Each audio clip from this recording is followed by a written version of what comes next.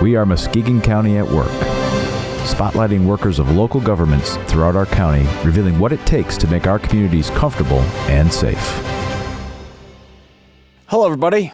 Your host here, DJ Hilson, Muskegon County Municipalities at Work, and today I have the pleasure of talking to yet another individual who works for our first responding crew here in Muskegon County.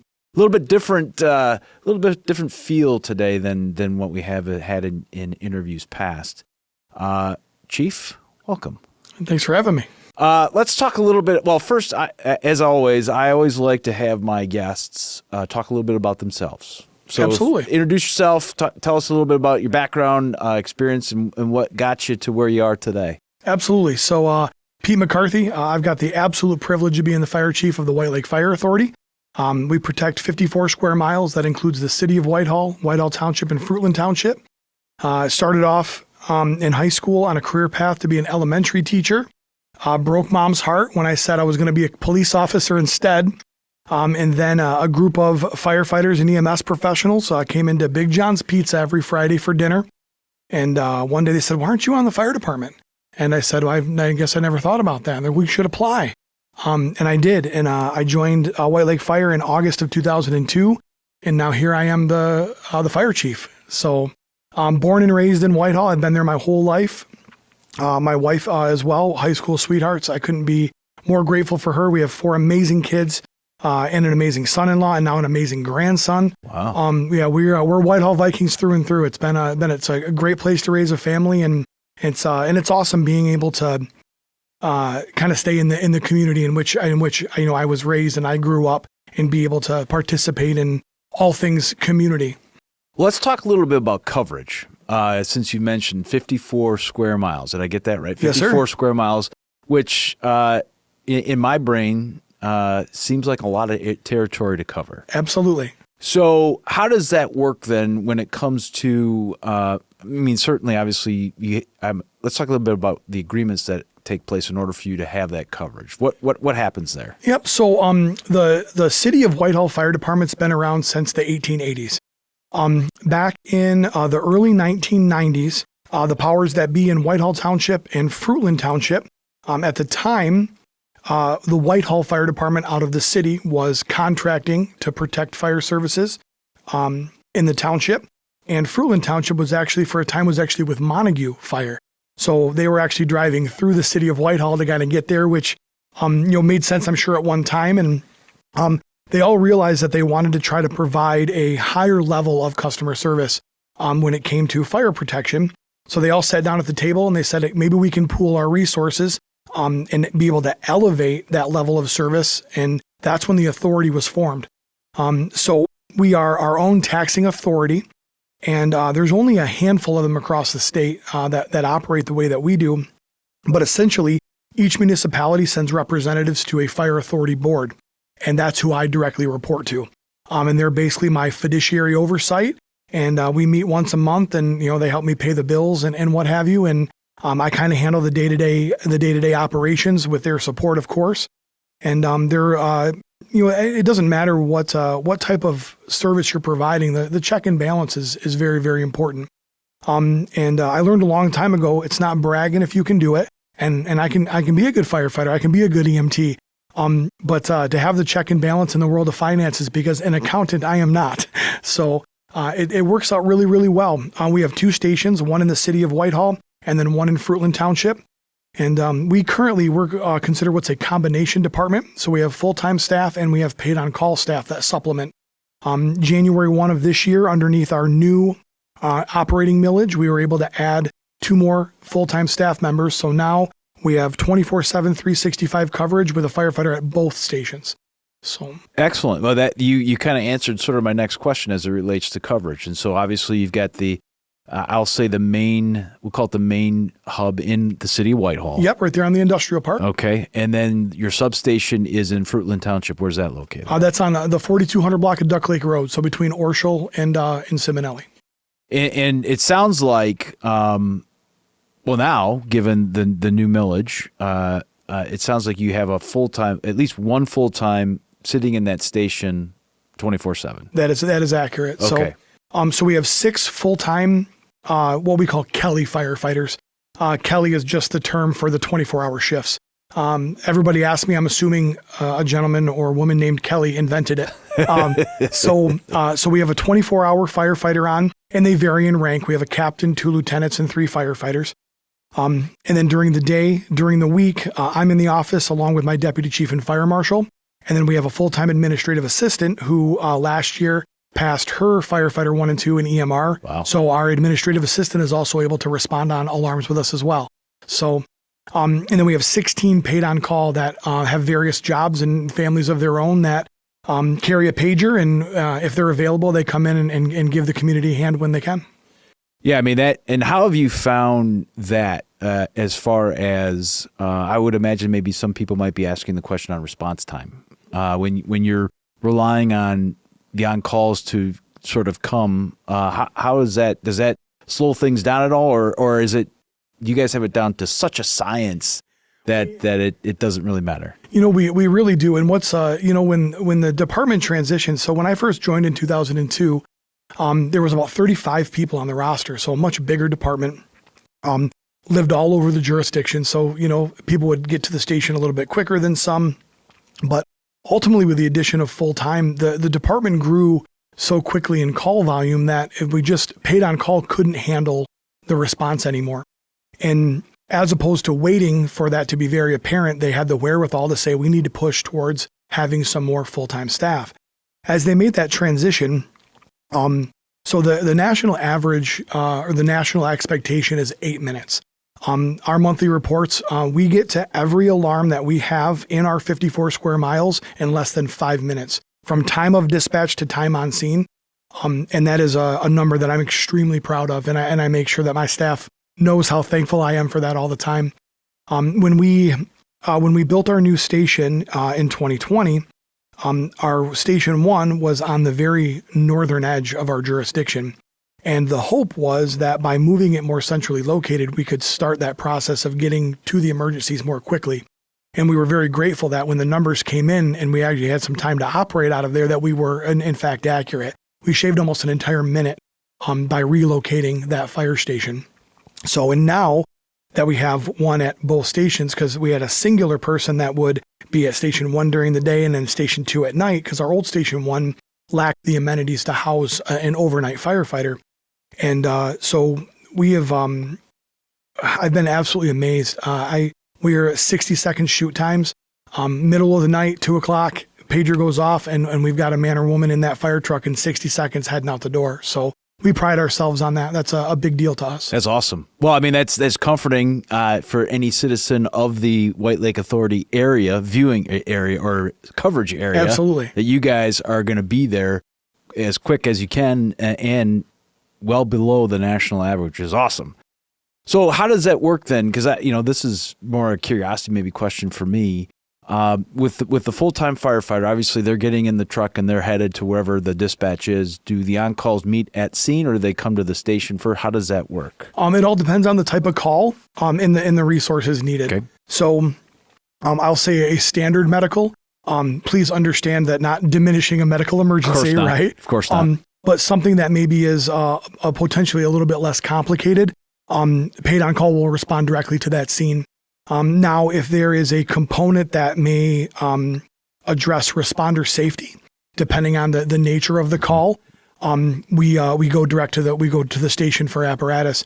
When it comes to vehicle accidents, fires, and those types of things where we need other apparatus, potentially more equipment, they would respond to the station, get an apparatus, and then come to that scene. Gotcha. In the event, one of the rules is if you got to drive by it, you can go ahead and stop. So the last thing that we want to do is have a trained, licensed person drive past a fire to get to the station, when if they can get there, and even if they can talk to the homeowners, they can get an idea of maybe what happened. It helps us build our initial action plan. The sooner we've got eyes on that scene, so maybe they can't get in and fight fire right in that moment, but they can start gleaning information to help better paint that picture for us. It's only going to make that alarm go smoother. How have you found, given the fact that you are so connected your entire life to this area, how have you found that to be an asset in what you do today? it is such an amazing thing because there are so many situations we run into. For instance, one of our citizens is having difficulty in breathing. There's not a lot we can really do for that person, right? We have oxygen that we can administer if it's that type of an issue, help them with their inhaler. But for the most part, a lot of calm, positive reassurance, and it's about trying to stabilize that patient to make sure they don't get worse. The ambulance arrives, they can do a few more things, but a heart attack is the same way. If they need a cardiac cath lab, there's not anything that we can do. There's not anything the ambulance can do. One of the things that we have found is walking in the door, they go, "Hey, it's Firefighter Pete." And there's a calming reassurance to that because they know this person.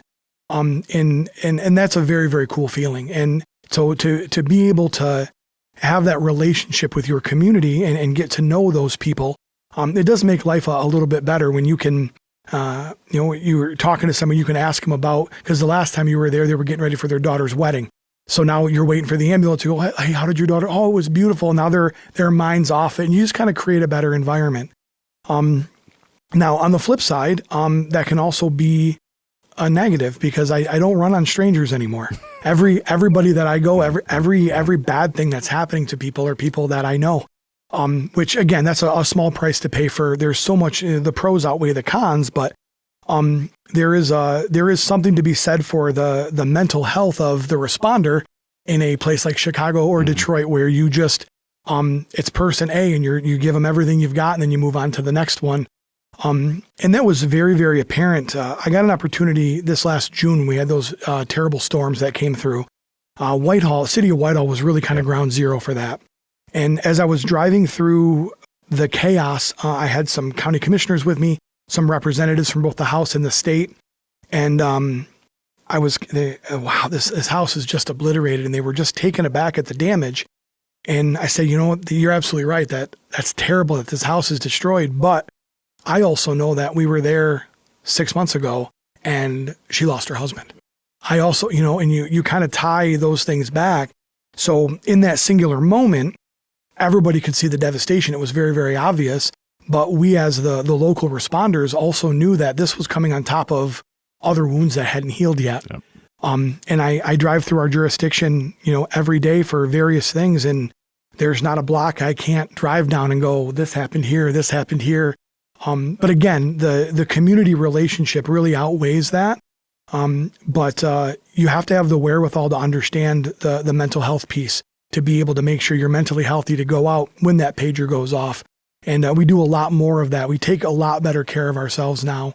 And being in a small town gives us the avenues to do that, along with potentially some of the trauma to cause it. So yeah, there's so many questions flying through my head based off of your response. I mean, let me start with this because I want to get back to the mental health aspect of it, because I think, a lot of times people don't really understand. I mean, they appreciate when police, when fire, EMS, when they show up because, okay, help is here, and whatever the traumatic event is going on, not recognizing that, that person or persons, they're human. Right. And so I'm going to put a pin in that. But the first thing I want you to talk about a little bit is, have you been able to sort of leverage your history? In other words, your close ties in the community when it comes to recruiting and getting people interested in this job called firefighter? Absolutely. So, I've always had a great relationship with the school. I had 3 younger siblings. Of course, my wife and her 3 siblings graduated 01, 02, 03, 2 and 05, 07, 10, 12, and then my daughter in 20. So I've always been plugged into the school system. And some of the great things about getting into the service then was I got the opportunity to do public education. So a few years into my career, I got to go in and be Firefighter Pete. Stop, drop, cover your face and roll, get out, stay out, call 911. And that program has just blossomed over the last 20 years. And we see, close to 1,400 kids every single October. We do the open house. And that's also led into other opportunities. Well, what can we do for some of the other kids? Dave Goodrich is the health teacher at Whitehall. Had him as a teacher when I was in high school. And it's been very cool because we had a student-teacher relationship, and then there was a few years where our kids were the same age. So we kind of had the co-parent, going to watch the turkey tango at the elementary together. And then that transitioned into not only a friendship, but also working together. He's become a colleague of mine. He reached out and says, "Hey, I got to teach first aid and CPR to my students. You want to come in and do that?" And I said, "Absolutely." So for the last 12 years, every freshman that's gone through Whitehall's health program has done a 4-day program, first aid and CPR. And also I go in and do a day on drugs of abuse. And I basically just, I do that. I'm not your dad, I'm not your teacher, I'm not your parent, but these are the drugs, these are what they do, this is the negative impact. I hope you make safe decisions. And it's been a lot of fun being able to be in there and do that. And then that ties back to, 16-year-old kid misses the stop sign. They're, banged up. I get to the car and they go, "Oh my gosh, it's Firefighter Pete," And that's been absolutely amazing. So we do standbys for the football games. And we do all their 5K standbys for medicals. We participate really in anything. Send-offs have become a big thing. These student athletes, they make it to the state finals, and we light those fire trucks up and drive them out to the highway in the bus, and all the parents and fans line. Just so many cool little opportunities, like I said, just anytime we can get into the school in a positive way, we take advantage of that. And it also creates an environment of trust. If we have an issue, a student has an issue, a child has an issue, they see that firefighter, they know that that's a trusted person. I can come and say, "I need help." And you can't do anything better for the kids in your community than giving them a safe place to turn to. And the fire department and our access to the schools has given us that.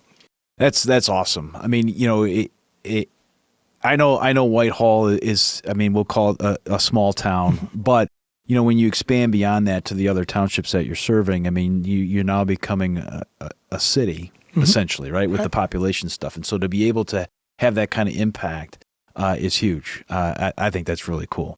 So I'm going to segue back to the mental health piece. To me, it seems like that something positive like that maybe helps, with the secondary trauma that you and your folks feel. How else, now, as you indicated, I think we've done a better job in society to recognize its existence and to understand that regardless of, how big and tough you are, right? Yep. How big and tough you are, that you can be affected by it and you need to address it.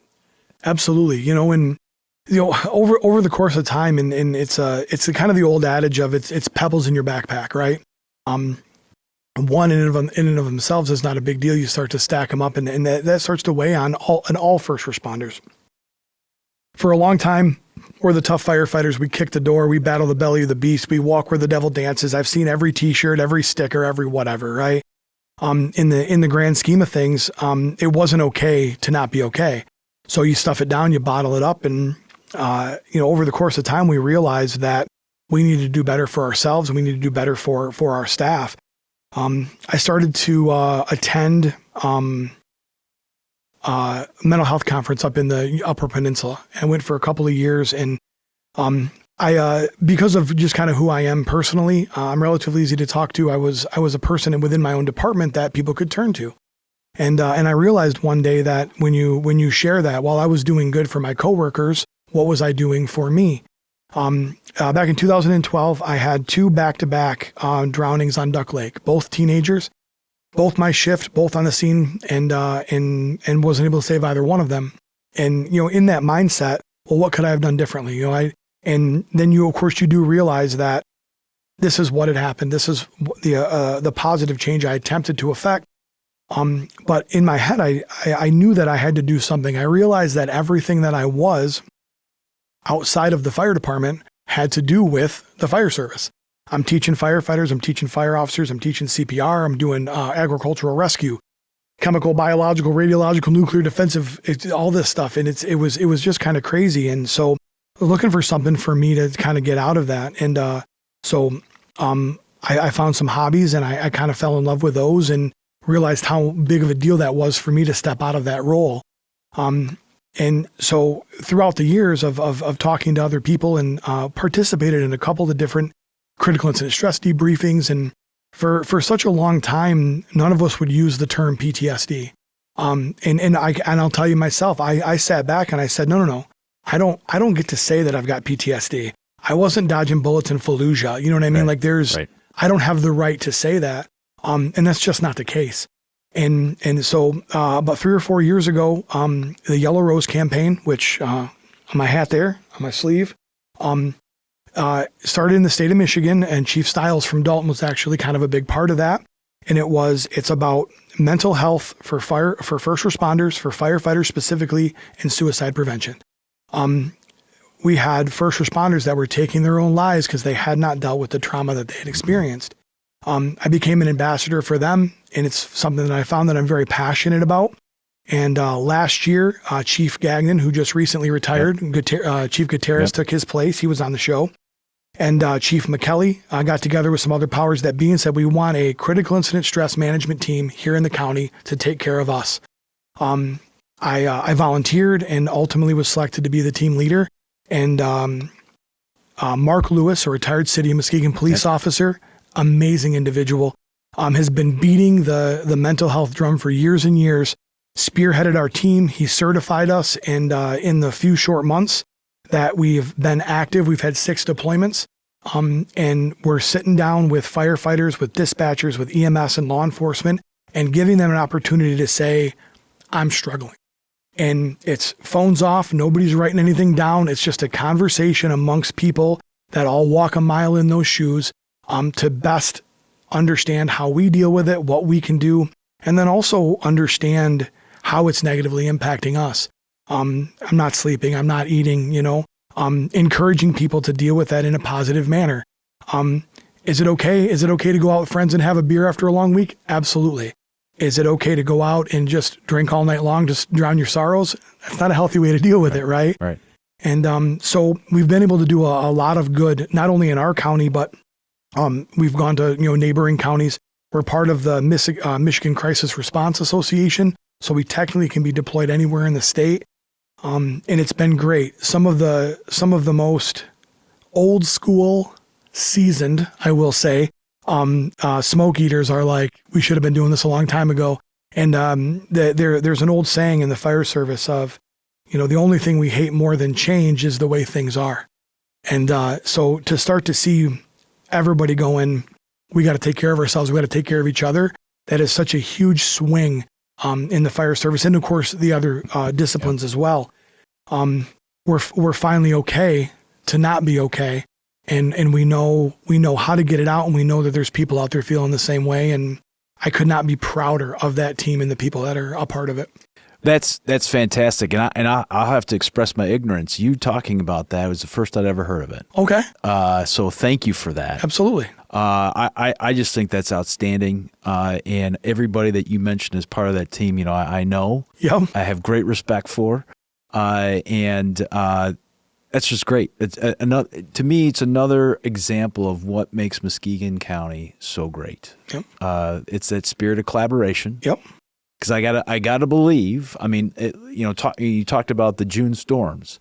That's not something that the White Lake Authority says, "Hey, we got this. Don't worry, guys. we got this." Nope. And so, I guess talk a little bit about as we sort of wrap the mental health and everything out, how important that spirit of collaboration is. It was then and is now to make your job a little bit easier. Absolutely, and it really kind of starts right at the base operation.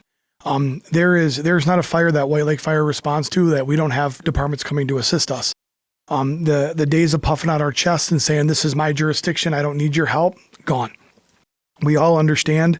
You'd be hard pressed to find any emergency response organization in Muskegon County across any discipline that says, oh yeah, no, we're good. We got plenty of staff.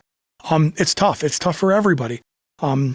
And so we get by with a little help from our friends, and we collaborate so well when it comes to automatic aid and mutual aid on the fires. We started to realize that it can be more than that. So now not only are we going to other people's scenes and assisting as necessary, but we're providing backfill. Okay, well, White Lake Fire doesn't need any help on the scene, but what about the rest of their community? You know, we run 1,500 calls in a year. Well, we're on one. There's a real good chance another one's going to pop off.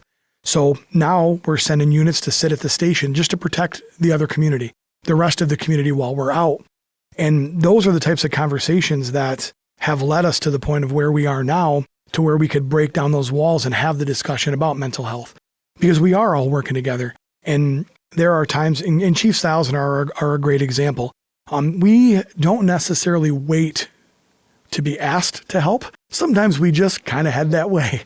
And that's because of a relationship that him and I have built over years of working together. And something sounds hinky. He's fortunate enough. He's got staff in his station. He can kind of head my way and just to back me up. A great example of taking it from the operation. You see it on the fire ground. You see it on the accident scene.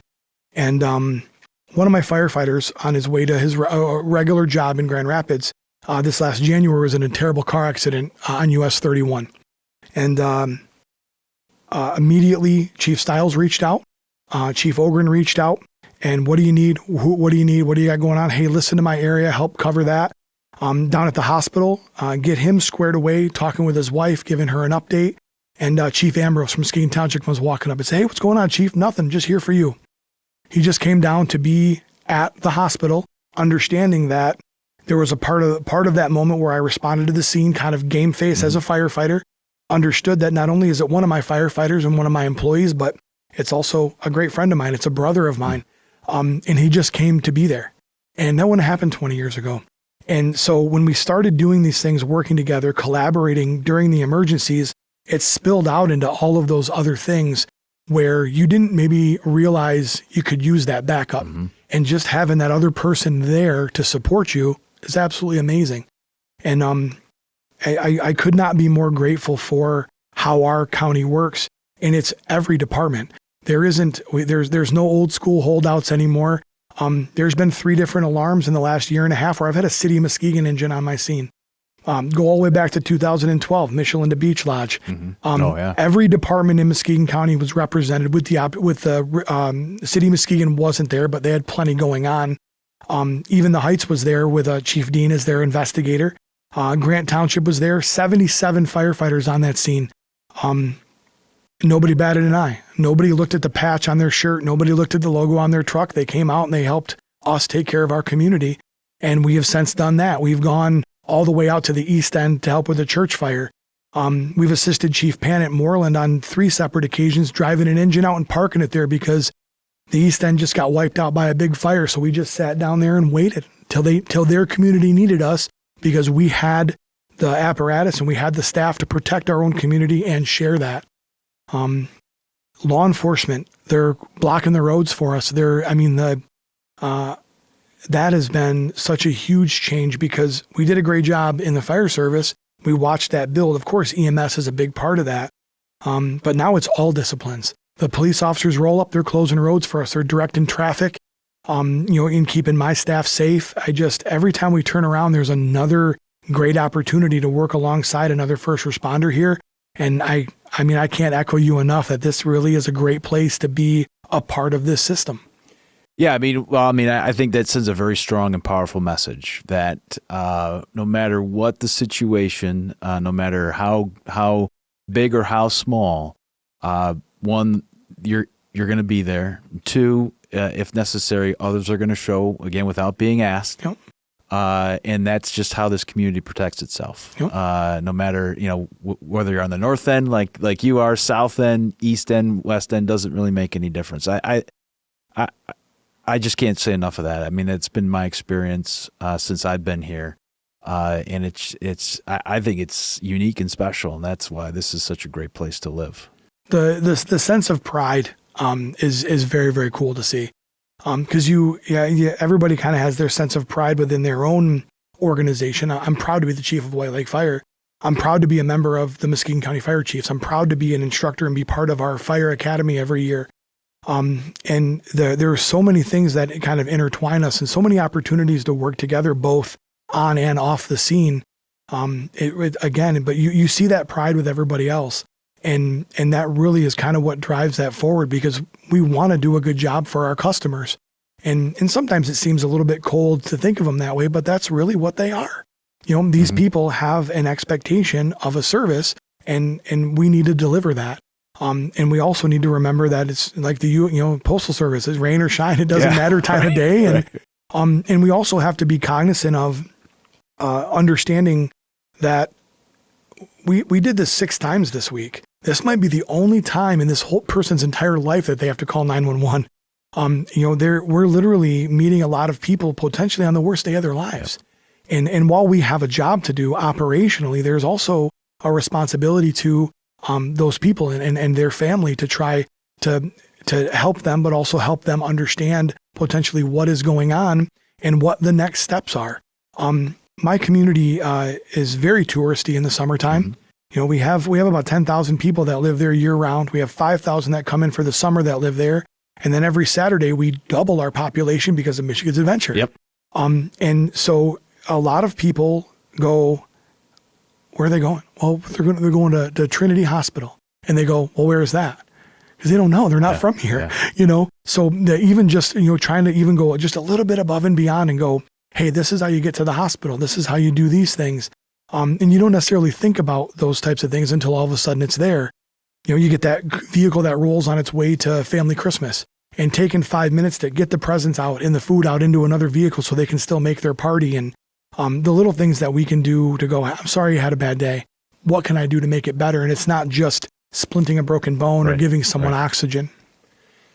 Well, I tell you, this has been a very cool conversation. Thank you for not only being a lifelong resident, but in a way that is giving way back. I mean, we talk about giving back. What you've described is you are giving back and then some. So thank you for that. Absolutely. Appreciate that very much. And I don't mean to demote you, but Firefighter Pete is such a cool name. It really is. It really is. And it's funny because honestly, and you know what it's like. You start and you work your way up that ladder, and then you get the chance to be the top, right? And there's a lot of pride and there's a lot of validation. And all those times I questioned myself, was I doing the right thing? Well, apparently somebody thought I was. But then some of the growing pains of that is what we have to give up. For 10 years, I got to be the training officer at White Lake Fire. I love teaching. It's another passion of mine. I had to give that up. The right thing to do was delegate that. Now, Captain Shane Nesbitt, top of the pops. I left it in good hands, and he's only made it better. But I had to give that away. And all of my staff know that I will never delegate being Firefighter Pete. That I'm going to hold on to that. And I've got other staff that are stepping in to fill in because I don't always have the schedule to do it. But I'm going to be Firefighter Pete till the day I hang up my helmet. And I don't go anywhere in Whitehall without hearing Firefighter Pete. And it's absolutely awesome. And I really do wear that as a badge of honor. That the hard part now is when somebody says Firefighter Pete, and they get excited, and a little 3-year-old, 4-year-old tyke, and then I see their parent, and I go, they know me as Firefighter Pete too. I've hit that second generation, and I'll go, okay, this is kind of crazy because now I had you doing the Firefighter Pete thing. Now your child is here. Yeah. But no, it's absolutely amazing, and I'll forever be grateful for that moniker. That's awesome. Well, listen, thank you for your service. Thank you for what you do for that up north area, which is a very beautiful part of our county. And a treasure trove for sure. Thanks for being my guest today. I really appreciate it. And ladies and gentlemen, as you know, this is municipal county government at its finest, and it's here in Muskegon County. And I hope that these particular segments are really letting you see a lot of things that go on behind the scenes that you may not be aware of or maybe necessarily appreciate. Again, my pleasure to be your host. Until the next time, thank you very much for continuing to support and listen. And this project doesn't happen without the ingenuity of one Mike Vogus.